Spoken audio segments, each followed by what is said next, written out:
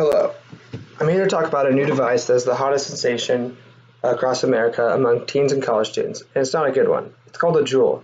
And a Juul is a popular electronic cigarette device that kind of looks like a flash drive and is completely taken over the vape industry as well as high schools across America through widespread teen use. Now, for the purpose of this video, I borrowed my friend's Juul to show you guys exactly what it looks like and how easy it is to use. So as you can see, this is a Juul, and it's sleek, very cool looking. Looks really portable. It's very discreet. You can fit it right in your pocket without anyone noticing. And the coin juuling, or the juuling, has become a very popular term on social media, and I think that's been one of the biggest factors for the popularity of this product among young people. The big issue with juuling is that it's pods, which are that you buy at the gas stations or convenience stores, contain e-liquid, which have very, very high levels of nicotine, and they come in a variety of fun flavors like mango, cool mint, fruit medley, that many think are the reason why a lot of young people are attracted to these devices.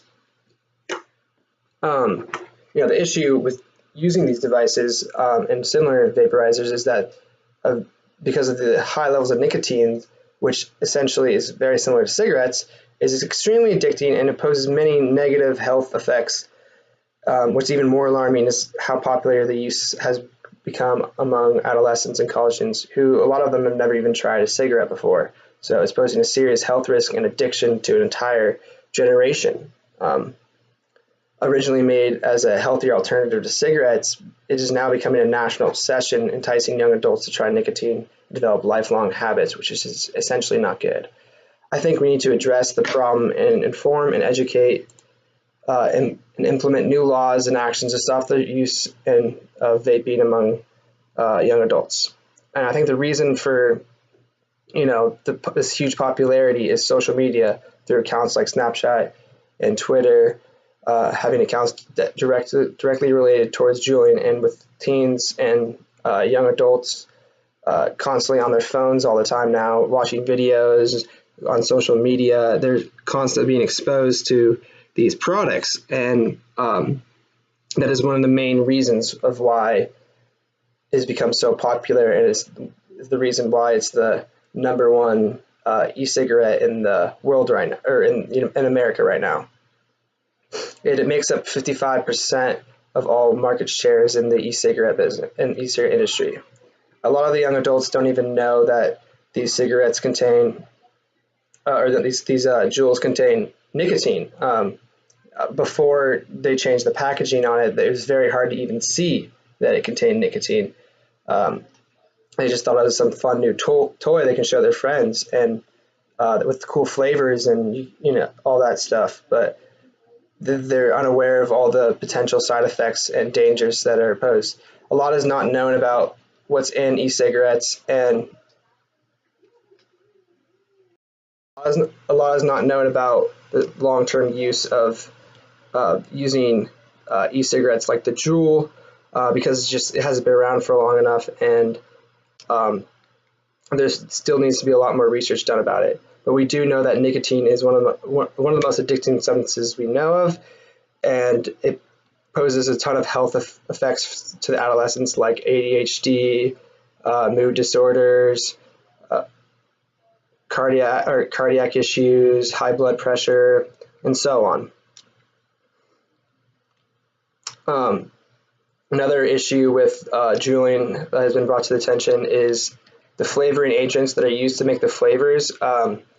Has been associated with the respiratory disease called popcorn lung, which was first seen from people working in the microwave popcorn factories that were inhaling flavoring agents for the popcorn. Nicotine is an addictive chemical that has lasting impacts on the body and brain, and for young people, it's even a bigger problem. In a single Juul pod, there contains 200 puffs, which is about the same amount of nicotine in a pack of cigarettes. And the high levels of nicotine exposure to the Juul makes it even more addicting than a lot may realize. More information is needed on exactly how e-cigarettes affect health because of how they are lacking long-term data of chronic e-cigarette use. It may be a better choice than smoking cigarettes, but it's still harmful chemicals that are not good for your young brains. And if you're switching from cigarettes to juuling, that could be a good idea, but it could also be a bad idea if you're just starting it for your first time, a nicotine product. The FDA has recently undergone a lot of investigation towards Juul, demanding them to send documentation about the use of Juul among the youth. E-cigarette makers must register their ingredients with their products now, and many states are changing their tobacco products from 18 to 21, and currently you must be 21 on their website to buy the Juul. A lot of social media websites have